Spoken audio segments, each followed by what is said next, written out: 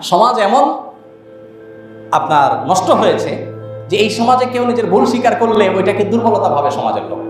এই জন্য অনেকেই ইচ্ছা থাকলেও ভুল স্বীকার করতে চান না। যেমন তারাবিতে হাফেজ সাহেবরা তো মানুষ নাকি, তাদের ভুল হবে, প্রতি রাকাতে দুটো তিনটা ভুল হতেই পারে, সমস্যা কি?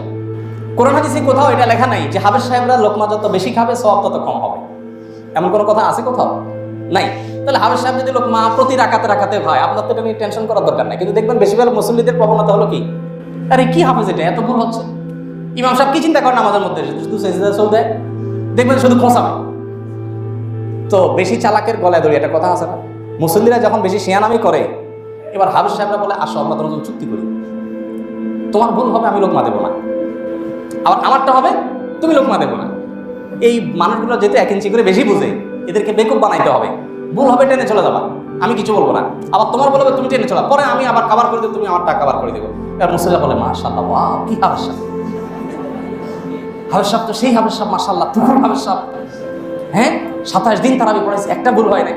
আসলে যে একটা নেগোসিয়েশন হয়ে গেছে তলে তলে, ওইটা মুসল্লি আপনি টেরও পান নাই। তো আপনি বেশি শিয়ানামি করলে আপনার সেই ওষুধও হাফেজ সাহেবের কাছে আছে। এই শিয়ানামি করা আমাদের উচিত না। ভুল হলে, ভুল স্বীকার করলে ওই লোকটাকে অ্যাপ্রিসিয়েট করা উচিত যে তার সৎ সাহস আছে।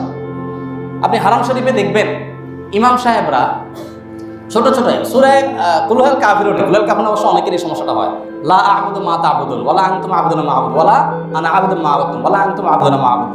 এটার মধ্যে বারবার কি হয়, যেটা সিমিলার আয়াত বারবার ঘুরপাক খেতে থাকে, লোকমার পরে লোকমা, উনি কোনো কুল কেনারা পাচ্ছেন না। সূরা ফাতিহাতে লোকমা খাইছে হারামে, এরকম ঘটনাও আছে। আমি নিজে দেখেছি চাক্ষুষ যে একটা আয়াতের লোকমা 3বার 4বার পেছন থেকে দেওয়া হচ্ছে, কিন্তু উনি ধরতে পারছেন না। আমরা হলে কি করতাম, রুকু চলে যাবে, কারণ মানুষের কাছে ইজ্জত থাকবে নাকি, এতবার লোকমা দিচ্ছে ধরতে পারতেছি না। কিন্তু উনি শেষ পর্যন্ত ধরলেন, ধরে আয়াতটা কমপ্লিট করলেন, দেন তিনি রুকুতে গেলেন। আমার দেশে বলতে ইমাম সাহেব আজকে বাইর করেন, এবার অযোগ্য, আজকেই পান।